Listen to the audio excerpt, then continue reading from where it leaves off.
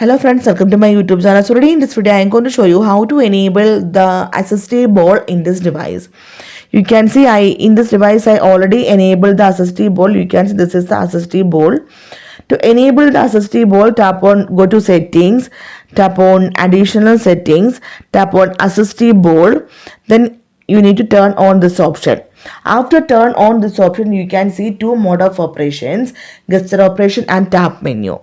If you select the operation gesture operation, you can see we can select the operations for one tap, double tap, touch and hold. So here I am going to select for the tap for the screenshot. For only one tap it will take the screenshot. Let me show you. You can see. Right. For the double tap, you can see it will go to recent application. You can see recent application.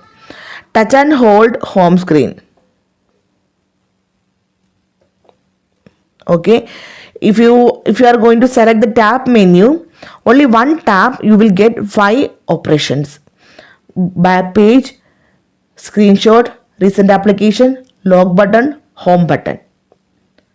So simply in this way you can enable the assistive board and you can use the assistive board in this device. So hope you guys enjoy this video. Thank you for watching. Thank you. Bye bye.